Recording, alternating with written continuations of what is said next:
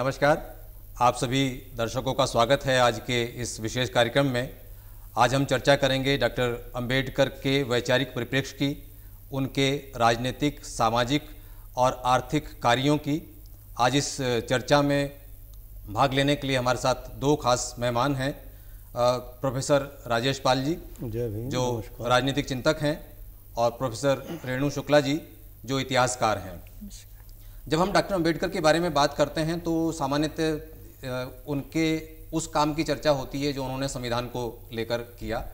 उन्हें संविधान का प्रारूपकार, निर्माता, निर्माणकर्ता, उसके दार्शनिक पक्ष को संभालने वाले व्यक्ति के रूप में देखा जाता है। लेकिन इसके साथ डॉक्टर अंबेडकर के और भी बहुत सारे ऐसे कार्य हैं जो आमतौर से चर्चा में तो रहते हैं लेकिन उतनी चर्चा में नहीं रहते जितनी कि वो चर्चा में होनी चाहिए। जैसे उदाहरण के लिए आज अगर हम भारत के रिजर्व बैंक को देखते हैं तो इस विचार को भी बुनियादी तौर पर डॉक्टर अंबेडकर का ही विचार माना जाता है। जहाँ से इसे आधार भूमि मिली है वो डॉक्टर अंबेडकर का विचार है। या सामाजिक बदलाव और सामाजिक परिवर्तन की बात करते हैं तो उसमें भी डॉक्टर अंबेडकर की एक बड़ी भूमिका है। या श्रमिक अधिकारों की बात करते हैं तो भारत में 8 घंटे की कार्यावधि का जो नियम या कानून लागू हुआ उसके पीछे डॉक्टर अंबेडकर हैं। महिलाओं के अधिकारों के पीछे डॉक्टर अंबेडकर हैं। और हिंदू समाज में रचनात्मक और सुधारात्मक चीज़ों को लागू करने के पीछे भी डॉक्टर अंबेडकर हैं। और यहाँ तक कि भारत में बौद्ध धर्म के पुनरुत्थान का श्रेय भी उन्हीं को दिया जाता है। तो मैं प्रोफेसर राजेश पाल जी से अपनी बात की शुरुआत करूँगा कि जब हम सामाजिक परिवर्तन या समावेशी समाज की स्थापना की बात करते हैं तो आप डॉक्टर अंबेडकर के योगदान को किस तरह से देखते हैं? देखिए, डॉक्टर अंबेडकर हमेशा एक संघर्ष का जीवन जीते रहे हैं और शुरू से ही उनको समाज में जो है इस तरह का जीवन मिला जहाँ उनको जगह जगह पर अपमान सहना पड़ा। तो उस अपमान के लिए उन्होंने किसी से बदले की भावना न रख करके समाज को परिवर्तित करने की भावना रखी और उन्होंने अपने समाज को बदलने के लिए, पिछड़े समाज को बदलने के लिए उस समाज में ये संघर्ष किया कि इसमें जो है छुआछूत की जो भावना समाज में फैली हुई है ये उचित नहीं है और समाज में सब व्यक्ति समान है, सबको समानता का अधिकार मिलना चाहिए। इस सवाल को डॉक्टर साहब, अगर इस सवाल को हम दूसरी तरह से पूछें कि अगर डॉक्टर अंबेडकर के ये सारे काम ना होते जो उन्होंने सामाजिक परिवर्तन के लिए किए या समाज में बराबरी लाने के लिए किए तो आज ये समाज कैसा होता? अगर हम इस तरीके से देखें तो समाज एक बहुत स्तरीयता में बटा हुआ होता है, एक गुलामी का एहसास कर रहे होते हैं समाज में। हमको लगता है कि हम समाज में कई 100 वर्ष पीछे की ओर हैं, क्योंकि आज जब हम समाज में देखते हैं तो इसमें बहुत परिवर्तन आया है और जो हमारे समकालीन समाज, जो प्रगतिशील समाज हैं, हम उनमें अपने आप को स्थापित कर पाते हैं। अच्छा प्रोफेसर शुक्ला जी, जब महिलाओं का संदर्भ आता है तो डॉक्टर अंबेडकर ने बहुत शुरू से इस बात पे जोर दिया कि आप महिला पुरुषों को अलग अलग करके नहीं देख सकते या महिलाओं को किसी मामले में भी कमतर करके नहीं देख सकते। तो महिलाओं को बराबरी पे लाने में या महिलाओं को आगे लाने के संदर्भ में डॉक्टर अंबेडकर के कार्यों को लेकर आपका विचार क्या है? सर, डॉक्टर अंबेडकर एक समतावादी समाज की कल्पना कर रहे थे। अभी आपने कहा कि वो समावेशी समाज की स्थापना करना चाहते थे। भारत में आज़ादी के बाद एक प्रजातांत्रिक व्यवस्था आई। डॉक्टर अंबेडकर ने जब से शुरुआत की अपने जीवन की, तब से उन्होंने असमानता और सामाजिक अन्याय देखा और उसको फेस किया और बिना किसी तरह की दुर्भावना लिए हुए, बुरी भावना लिए हुए उसको स्वीकारते हुए उस समाज को बदलने का सपना देखा। तो जब वो समता की बात कर रहे थे तो उसके भीतर जैसे दलित आ रहे थे, जैसे मजदूर आदिवासी आ रहे थे, उसी तरह से महिलाएं भी आ रही थीं। तो जिस किसी के भी प्रति अन्याय हो रहा था, किसी भी स्तर पर अन्याय हो रहा था, उसके वो विरोधी थे और उस परिस्थिति को, उस स्थिति को बदलना चाहते थे। इस संदर्भ में अगर जो उनका प्रस्ताव है हिंदू कोड बिल, जी हाँ, मैं उस पर आती हूँ।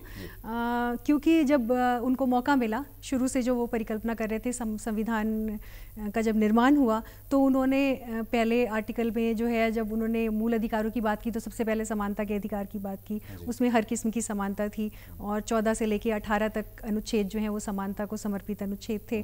फिर महिलाओं के लिए वो जो हम यूनिवर्सल सिविल कोड की आज बात कर रहे हैं, वो दरअसल डॉक्टर अंबेडकर की कल्पना थी और वो उस बिल को 1951 से पहले लाना चाहते थे और नेहरू जी से इसके विषय में बात कर रहे थे, और जब उनकी बात नहीं मानी गई तो उन्होंने त्यागपत्र भी दिया। बाद में वही आधार बना जिसके आधार पर हिंदू कोड बिल आया, जिसमें बहुत महत्वपूर्ण एक्ट पारित हुई जो महिलाओं की जो आज की स्थिति है, जो हम महिलाओं को बराबरी के स्तर पर आगे बढ़ता हुआ देख पा रहे हैं, उसमें वो बिल उसका आधार बना। उसमें हिंदू मैरिज एक्ट था, उसमें हिंदू सक्सेशन एक्ट था, उसमें Hindu adoption and maintenance act था। तो उसमें उन एक्ट्स ने महिलाओं को हर तरह का अधिकार दिया, विवाह के संबंध में, तलाक के संदर्भ में, उत्तराधिकार के संदर्भ में, गोद लेने के संबंध में। तो महिलाओं को बराबरी के स्तर पर लाने में और वैधानिक तौर पे महिलाओं को बराबरी के स्तर पर लाने में उनका बहुत बड़ा योगदान है। वो मानते थे कि सामाजिक जो बदलाव है वो बहुत धीरे धीरे होता है, संवैधानिक स्तर पर जब चीज़ें आएंगी तो समाज हालांकि वो उस स्थिति को स्वीकारेगा। वो हिंदू कोड बिल प्रस्तुत कर रहे थे और उनकी अपेक्षा के अनुरूप वो बिल पास नहीं हो पाया जी। तो उस वक्त कहीं ना कहीं निराश थे चीज़ों को लेकर। उन्हें लगता था कि जो प्रतिगामी ताकतें हैं वो ज़्यादा हावी हो रही हैं और जिस तरह की उम्मीद वो कर रहे थे कि जो नई संवैधानिक व्यवस्था लागू होगी तो वो चीज़ें इन 75 साल में कहीं वो बदलाव समाहित हो पाए कि नहीं हो पाए, जिनका सपना डॉक्टर अंबेडकर ने देखा महिला था। होने के नाते मैं मानती हूँ पूरी तरह तो नहीं हो पाए। डॉक्टर अंबेडकर बहुत तेजी से सामाजिक क्रांति लाना चाहते थे, सबको बराबरी के स्तर पर देखना चाहते थे। समाज उतनी तेजी से नहीं बदलता, तो वो वैचारिक तौर पे तो वो बातें आई, संविधान के अंतर्गत हमें दिखी भी और लीगल राइट्स मिले। और उन्होंने खुद जब संविधान जब प्रस्तुत किया था उन्होंने 1949 में, तो उन्होंने ये बात कही थी कि अब हम एक ऐसे इस दिशा में आगे बढ़ रहे हैं जहां हमारे पास राजनीतिक समानता तो होगी लेकिन सामाजिक और आर्थिक असमानता बनी रहेगी। यानी एक विजनरी होने के नाते वो ये जानते थे कि समाज में असमानता दूर करना इतना आसान काम नहीं है। अच्छा प्रोफेसर पाल, डॉक्टर अंबेडकर के सामने एक और दृष्टि है, मतलब दो दृष्टि हम सामाजिक समानता के संदर्भ में देखें, एक गांधी जी की दृष्टि है, एक डॉक्टर अंबेडकर की दृष्टि है। कई जगह दोनों दृष्टि टकराती दिखती है। जी, जी। तो इसको आप कैसे इसकी व्याख्या कैसे करेंगे? वास्तव में अंबेडकर जो है, डॉक्टर अंबेडकर थे तो वो एक डॉक्टर के नाते समाज का सुधार, समाज को बदलना चाहते थे, उसको पूर्ण रूप से परिवर्तन करना चाहते थे। जहाँ पर गांधी जी की बात है, गांधी जी समाज के अंदर रहते हुए उसमें सुधार करना चाहते थे। तो ये तो मुख्य बात है, क्योंकि अंबेडकर ये जानते थे कि सुधार अपनी जो समाज की स्थिति है उसमें फिर वापस वहीं पर आ जाते हैं, इसलिए वो समाज को पूर्ण रूप से बदलने का कार्य करना चाहते थे। तो उसमें आंतरिक रूप से सुधार करना नहीं चाहते थे। नहीं, अगर हम गांधी जी के रास्ते पे चलते, जो गांधी जी कह रहे हैं कि क्रमिक रूप से सुधार होगा और एक ट्रस्टीशिप की स्थिति पैदा होगी और समाज खुद आगे आएगा, जो लोग उत्पीड़न करने वाले हैं वो खुद महसूस करेंगे, उनका हृदय परिवर्तन होगा। लेकिन डॉक्टर अंबेडकर कह रहे हैं कि नहीं, जो प्रोटेक्शन मिलना चाहिए वो कानूनी तौर पर मिलना चाहिए। देखिए, हृदय परिवर्तन तो जनरली होता है, कुछ लोगों का होता है, लेकिन हृदय परिवर्तन से कार्य नहीं बनते समाज सुधार के। जो कार्य बनते हैं वो उनको कानून की जो स्थिति होती है वो तेजी से उसमें सुधार लाती है। जैसे आप अगर कानून की स्थितियाँ, कई सारे कानून SC ST एक्ट में मिले, जब वो कानून के रूप में आए तो उनका ज़्यादा प्रभाव समाज में देखा गया। तो इसका मतलब ये है कि अगर आज के संदर्भ में देखें, जो जिस तरह से समाज का जो प्रताड़ित और पीड़ित तबका था, अगर वो आगे आया है तो उसमें डॉक्टर अंबेडकर का वैचारिक परिप्रेक्ष्य ज़्यादा मदद करता है किसी अन्य विचार की तुलना में। बिल्कुल, डॉक्टर अंबेडकर का इसलिए करता है क्योंकि उन्होंने एक चेतना भी दी लोगों में कि आपको समाज को पूर्ण रूप से बदलना है, समतामूलक समाज बनाना है, अन्याय के विरुद्ध आपको संघर्ष करना है। लोगों का हृदय परिवर्तन अगर होना होता तो समाज बहुत पहले बदल चुका होता है, क्योंकि हमारे बहुत सारे समाज सुधारक उससे पहले भी हुए हैं, गांधी जी से पहले भी हुए हैं और लगातार समाज परिवर्तन की बात करते रहे हैं। ज्योतिबा फुले ने भी बहुत कार्य किया सामाजिक परिवर्तन के लिए, लेकिन उतना अपेक्षित सुधार समाज में हृदय परिवर्तन के माध्यम से नहीं हो पाया जितना कि लीगल राइट्स के द्वारा संभव है। अच्छा प्रोफेसर शुक्ला, जब हम डॉक्टर अंबेडकर की बात करते हैं तो कुछ खास तरह से उनको ये दिखाया जाता है कि वो केवल वो दलितों के बारे में सोच रहे हैं या सोसाइटी के उस तबके के बारे में सोच रहे हैं जो निचले पायदान पर माना जाता है। जबकि भारत में अगर श्रम सुधारों की बात है या श्रमिकों के लिए कुछ कानून और नियम बनाने की बात है, तो इसको लेकर डॉक्टर अंबेडकर बहुत पहले से काम कर रहे थे, क्योंकि उनको भारत का पहला श्रम मंत्री, हालांकि वायसराय की कैबिनेट में मंत्री का पद उस रूप में नहीं होता था, लेकिन 1937 से वो श्रम मंत्रालय को या श्रम विभाग को देख रहे थे। तो श्रमिकों के लिए जो खास काम उन्होंने किए हैं जिनको आज कम से कम याद रखा जाना चाहिए, तो वो क्या थे? बिल्कुल, डॉक्टर अंबेडकर वही बात है बार बार कि जब वो एक ऐसे समाज की परिकल्पना कर रहे थे जिसमें सबको बराबरी के अधिकार हों, तो जाहिर है उनकी दृष्टि श्रमिकों की तरफ और उन लोगों की तरफ गई जिनके साथ अत्याचार हो रहा था या किसी भी किस्म का अन्याय हो रहा था। तो दरअसल हम भारत के संविधान में जो भी श्रमिकों के लिए आज कानून देख रहे हैं, उनकी बुनियाद डॉक्टर बाबा साहब अम्बेडकर ने उस टाइम में रखी थी, चाहे वो काम के घंटे को लेकर के हो, चाहे वो न्यूनतम वेतन की बातों को लेकर के हो, हमारी प्रोविडेंट फंड की व्यवस्था को लेकर के हो, महिलाओं और पुरुषों के समान वेजेस की बात को लेकर के हो। तो वो जो बुनियादी बातें हमारे श्रम सुधार के संबंध में हमें आज दिखाई पड़ती हैं संविधान के अंदर, कानूनों के अंदर, उसका कारण डॉक्टर अंबेडकर थे। और उन्होंने उस समय अलग अलग प्रकार से अपनी बात रखी और जहां उन्हें मौका मिला वहां उसको कानून में लाने के यथासंभव प्रयत्न किए।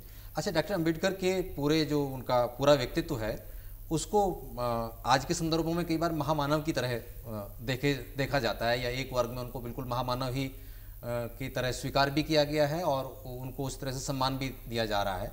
लेकिन इसके साथ साथ कुछ चीज़ें हैं भी जो उनको सामान्य से ऊंचा स्थापित करती हैं। जैसे कोलंबिया विश्वविद्यालय ने उन्हें अपने सबसे बेहतरीन स्टूडेंट्स में से माना है और उनकी आत्मकथा का कुछ हिस्सा कोलंबिया विश्वविद्यालय में पढ़ाया भी जाता है। डॉक्टर अंबेडकर ने अपने कई सारे इंटरव्यूज में इस बात का उल्लेख, अपनी किताबों के प्रति जो उनका आकर्षण है उसका उल्लेख किया है। और उनका आखिरी उनके जाने से पहले कुछ समय पहले का इंटरव्यू है जिसमें वो अपनी किताबों का जिक्र कर रहे हैं कि मेरे पास 35,000 किताबों का संग्रहालय का पुस्तकालय है, 35,000 किताबें संग्रहित हैं। तो इस तरह की कुछ चीज़ें आपके जहन में आती हैं उनके बारे में जो सामान्य व्यक्ति से अलग हटके हैं? बहुत रोचक है ये। डॉक्टर अंबेडकर के बारे में लिखा गया है कि वो 21 घंटे पढ़ा करते थे, मात्र 2 घंटे सोते थे। आपने भी बताया कि 35,000 पुस्तकें जब उनकी मृत्यु उनके पास थी। और 1938 में जब उनके पास 8,000 किताबें थी, ऐसा जिक्र एक पुस्तक में आया है, मुझे अभी नाम नहीं याद आ रहा है। और उनके विषय में ये भी लिखा गया कि एक कुछ शंकरन नाम है उनका, जो उनसे मिलने गए 1 बजे दिन में लंच के टाइम, तो उन्होंने कहा कि जामा मस्जिद के इलाके में चलते हैं क्योंकि वहाँ पे जो सेकेंड हैंड किताबें थी वो मिला करती थी। तो उन्होंने उन्हें याद भी दिलाया कि खाने का समय, पर उन्होंने उसकी परवाह नहीं की, वहाँ गए और वो लिखते हैं, मेंशन करते हैं कि वो लगभग 2 दर्जन किताबें वहाँ से लेकर के आए। वो जब ऑफिस जाते थे, जब वहाँ से आते थे, उनके पास किताबें हमेशा होती थी। न्यूज़पेपर्स पढ़ते थे, वो न्यूज़पेपर्स निकालते भी थे, उन्होंने कई समाचार पत्र निकाले हैं। बेहद शौक पढ़ने का, और शायद उनके अंदर ये फीलिंग थी कि मुझे किसी तरह से इस समाज से आगे बढ़ने का मौका मिल गया है और मैं ये सब जान सका हूँ और अब मेरे पास वो सामर्थ्य है कि मैं अपने समाज के लिए कुछ कर सकूं। तो उन्हें लगता था कि ये सिर्फ एक ही तरीके से होगा। ये उनकी माँ ने भी ये बात उनके मन में डाली थी कि पढ़ाई ही वो एक टूल है, शिक्षा ही वो एक हथियार हो सकता है जिससे इस समाज को बदला जा सकता है। एक बहुत मशहूर कोट भी है कि वो शिक्षा शेरनी का दूध है, जो पिएगा वही जो जितना पिएगा वो उतना दहाड़ेगा, और आपके पैरों में जूते हो ना हो, हाथ में किताब होनी चाहिए। तो वो शिक्षा, वो इसको लेकर बहुत सजग थे और उन्होंने बहुत अध्ययन किया। उनके पास 32 डिग्री थी, उन्होंने 4 PhD की, उनकी 9 भाषाओं में वो पारंगत थे। तो ये छोटा मोटा काम नहीं, तो इस दृष्टि से उन्हें महामानव कह सकते हैं। इसमें कुछ चीज़ें ऐसी भी ऐड होती गई हैं कि जैसे हम किसी पिक्चर को बहुत बड़ा करके देखते हैं, क्योंकि जो उनकी उपाधियां हैं उन उपाधियों में कुछ मानद उपाधि भी है। एक PhD मानद है। जी, तो उसमें हम कई सारी चीज़ जोड़ते रहते हैं, तो उसमें अलग अलग तरह के तथ्य आते रहते हैं। पर कुल मिला के बात यह है कि एक पूरे समूह का उसका एक समर्पण उनके प्रति है। और जैसे आपने उनकी पत्रकारिता का उल्लेख किया, तो भारत में जो सबल्टर्न जर्नलिज्म है, या जिसको दलित पत्रकारिता की तरह देखा जा रहा है, उसको संज्ञा दी जा रही है दलित पत्रकारिता की, तो उसकी बुनियाद में डॉक्टर अंबेडकर की भी एक बड़ी भूमिका है। तो डॉक्टर अंबेडकर की पत्रकारिता पे थोड़ा बात की जाए डॉक्टर साहब। जी, एक्चुअली डॉक्टर अंबेडकर जो अपनी शिक्षा का जो महत्व था या अपने लोगों को उठाने का जो भी तरीका था, वो पत्रकारिता के माध्यम से उसकी चेतना समाज में फैलाना चाहते थे। इसीलिए उनको दलित पत्रकारिता शुरू करनी पड़ी और उन्होंने 1920 में मूक नायक पत्र निकाला जो मराठी में था, उसके बाद 1927 में बहिष्कृत भारत निकाला, 1930 में जनता अखबार निकाला, और फिर उसके बाद उन्होंने एक अखबार प्रबुद्ध भारत भी निकाला। तो उनका उद्देश्य यही था कि क्योंकि उनका जो समाज था वो दबा कुचला और पिछड़ा समाज था, तो उनको ये था कि जनता में अगर चेतना पहुंचानी है, अपने विचार पहुंचाने हैं, तो वो अखबार के माध्यम से ही पहुंचा सकते हैं। और वो इतना काम करते थे कि ये सब काम का संपादन और उसका जो प्रिंट है सब काम अपने आप से करते थे। हाँ, क्योंकि आज जो टेक्नोलॉजी आज है प्रिंटिंग की दुनिया में, वो टेक्नोलॉजी अब से 100 साल पहले तो नहीं थी जी। तो और उनके पास इतने पढ़े लिखे और सक्षम लोगों की भी कमी थी जी। हाँ, उस टीम की तरह, क्योंकि उसमें डॉक्टर अम्बेडकर ही जैसे और वन मैन आर्मी की तरह काम वो कर रहे थे। अच्छा, जब भी डॉक्टर अम्बेडकर की बात होती है तो गोलमेज सम्मेलन का जिक्र आता है। पृथक निर्वाचन की जो मांग है उठती है, और उनके एक कथन को उद्धृत किया जाता है कि यदि डॉक्टर अम्बेडकर का हित और देश के हित में से किसी एक को चुनना होगा तो डॉक्टर अम्बेडकर देश के हित को चुनेंगे, लेकिन अगर डॉक्टर अम्बेडकर को अपने समुदाय और देश के हित में से किसी को चुनना होगा तो पहले डॉक्टर अम्बेडकर अपने समुदाय के साथ खड़े होंगे। तो इस बात को कई लोग इसकी व्याख्या इस तरह से भी करते हैं कि डॉक्टर अम्बेडकर के लिए देश उतनी प्राथमिकता नहीं था जितनी कि उनका अपना समुदाय। नहीं, डॉक्टर अम्बेडकर को स्पष्ट था कि सामाजिक स्वतंत्रता के बिना न आर्थिक स्वतंत्रता मिल सकती है, न राजनीतिक स्वतंत्रता मिलती है, ये उनको अच्छी तरह से मालूम था। तो इसीलिए वो जो है अपने समाज को जागृत करने के लिए और उसकी स्वतंत्रता के लिए प्राथमिकता के स्तर पर कार्य करते थे। जब गोलमेज सम्मेलन दूसरे गोलमेज सम्मेलन में उन्होंने भाग लिया तो वहाँ पुना पैक्ट की जिस तरीके से बात आई, पृथक निर्वाचन, क्योंकि उनको पता था कि 2 वोट के अधिकार से उनके जो लोग हैं वो उनके प्रतिनिधि को चुनेंगे, और जब उनके प्रतिनिधि को चुनेंगे तो वो उनके समुदाय के लिए कार्य करेंगे। जो कि आज जिस तरीके से देख रहे हैं कि एक ही वोट का अधिकार है, तो उसमें जो है कुछ लोग उसको ये बात सामने आई है कि हमने आपके वोट से हम जीते हुए नहीं हैं। अगर हम तो अम्बेडकर को 1932 में इस चीज़ का आभास था कि आने वाले समय में राजनीतिक जो प्रजातंत्र है किस तरह का इसका स्वरूप बदलेगा। तो उस समय 1932 में ही उन्हें इस चीज़ का आभास था, इसलिए वो 2 वोट का अधिकार चाहते थे। तो डॉक्टर साहब, आप किस तरह से देखती हैं इसको, जो पृथक निर्वाचन का इशू था? हालांकि ये पूना पैक्ट के बाद एक सहमति बन गई थी गांधी जी के साथ और अलग सीटों का निर्धारण हुआ। वो मान गए थे, पर वो बहुत मन से नहीं माने थे। उनके मुख्य सरोकारों में से एक था जब साइमन कमीशन आया था, उस वक्त उन्होंने ये मांग रखी थी साइमन कमीशन के सामने, लेकिन उसने उसको नज़रअंदाज किया और आरक्षण का प्रस्ताव दिया था। उसके बाद भी डॉक्टर अंबेडकर इस विचार को बार बार रखते रहे। फिर गोलमेज सम्मेलन में बात नहीं संभव हो सकी, वो इसी वजह से नहीं संभव हो सकी क्योंकि डॉक्टर अंबेडकर पृथक निर्वाचन मंडल की मांग पर अड़े रहे और गांधी जी उसके लिए बिल्कुल एग्री नहीं कर रहे थे। तो दोनों की आइडियोलॉजी, दोनों में जो मेन मतभेद का इशू था वो यही था कि डॉक्टर अंबेडकर को लगता था, जैसा अभी सर ने कहा, कि पृथक दलितों के लिए जब तक पृथक से निर्वाचक मंडल नहीं होंगे तब तक उनका रिप्रेजेंटेशन उस तरह से नहीं आ सकेगा।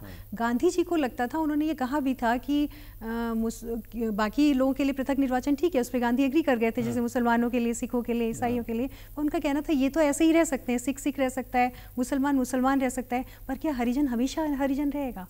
ये उनका मुख्य मुद्दा था कि क्या हम उनको हमेशा इसी स्थिति में रखेंगे। तो उनको लगता था कि ये हम आत्मबल से धर्म में सुधार करके और समाज में सुधार करके धीरे धीरे लाएंगे। अंबेडकर को लगता था ये कभी संभव नहीं होगा, यही मुख्य मुद्दा था। तो पूना पैक्ट, फिर गांधी जी आमरण अनशन पे बैठ गए अरवदा जेल में, इसके जब कम्युनल अवार्ड आया और उसमें एक्चुअली वो अंग्रेजों की फूट डालो और राज करो वाली नीति का परिणाम था। ये जरूर लगता है बार बार कि कहीं ना कहीं डॉक्टर अम्बेडकर बाद के वर्षों में अपने पूरे सामाजिक परिवेश, राजनीतिक परिवेश, आर्थिक परिस्थितियों को लेके, जो समाज की आर्थिक परिस्थितियां थी, दलितों की आर्थिक परिस्थितियां थी, दलितों की जो धार्मिक परिस्थितियां थी, उनको लेके बहुत निराश थे। और संभवतः वो कदम भी उनका शायद निराश शब्द का इस्तेमाल करना ठीक नहीं है, आक्रोश उनके भीतर बहुत ज़्यादा वो पल रहा था और उसी आक्रोश को ध्वनित करता हुआ उनका एक कथन है कि मैं पैदा जरूर हिंदू हुआ हूँ लेकिन मैं मरूंगा नहीं। और वो बौद्ध धर्म की तरफ चले गए। और बौद्ध धर्म के संदर्भ में भी जो उनकी वो बौद्ध धर्म ग्रहण करते हुए या मतांतरण करते हुए जो 22 प्रतिज्ञाएं हैं, तो उन प्रतिज्ञाओं में कुछ वो प्रतिज्ञाएं भी हैं जिनकी आवश्यकता भले ही लगती हो, लेकिन वो हिंदू व्यवस्था को खारिज करने की बात लगती है। तो डॉक्टर अम्बेडकर जब बौद्ध दर्शन की तरफ या बौद्ध विचार की तरफ जाते हैं, तो कई बार ऐसा लगता है कि वो उस आक्रोश की वजह से जा रहे हैं।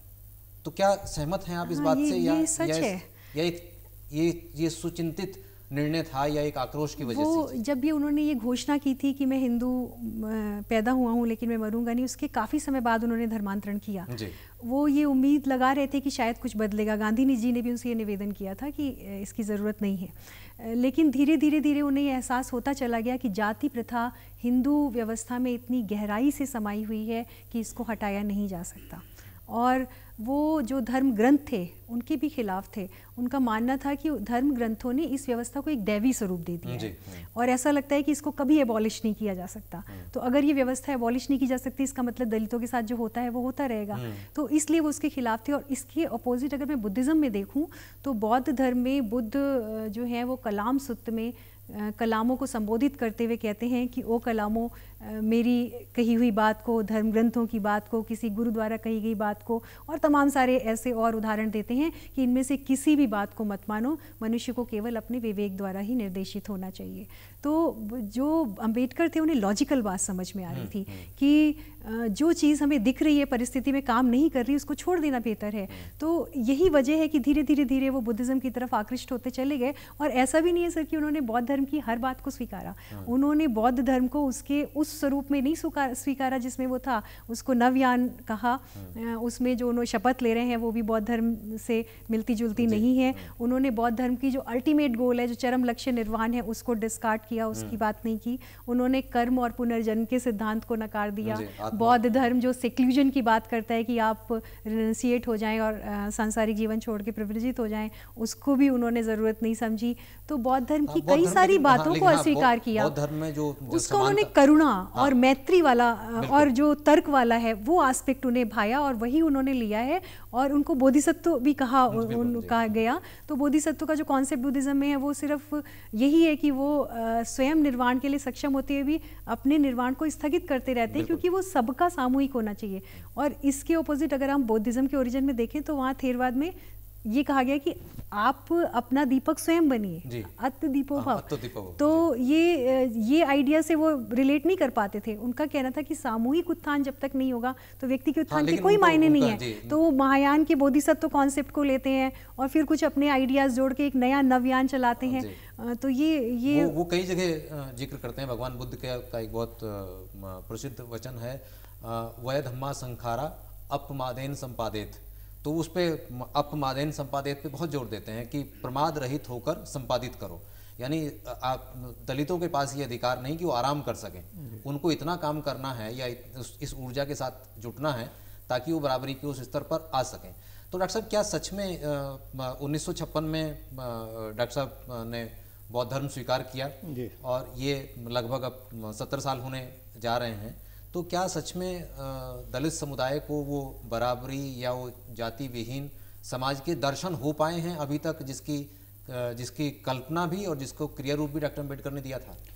एक्चुअली जब डॉक्टर बाबा साहेब अम्बेडकर ने बौद्ध धर्म अपनाया, उन्होंने उससे पहले कई धर्मों का अध्ययन किया, विस्तृत अध्ययन किया कि किस धर्म को अपनाया जाए। और बौद्ध धर्म की तरफ प्रवृत्त होने का उनका कारण यही था कि उसमें समानता का अधिकार है, सबको मनुष्य को मनुष्य के रूप में देखा जाता है। दूसरा, उसमें जो है लॉजिकल कंसेप्ट पर ज़्यादा जोर दिया जाता है। तो बाबा साहेब जब ये अपने लोगों को उन्होंने प्रवृत्त किया, इसमें जो कर्म कांड है बौद्ध धर्म के, उसको छोड़ करके उन्होंने नवयान, जैसा कि मैडम ने बताया, उसको स्वीकार कराया। लेकिन जब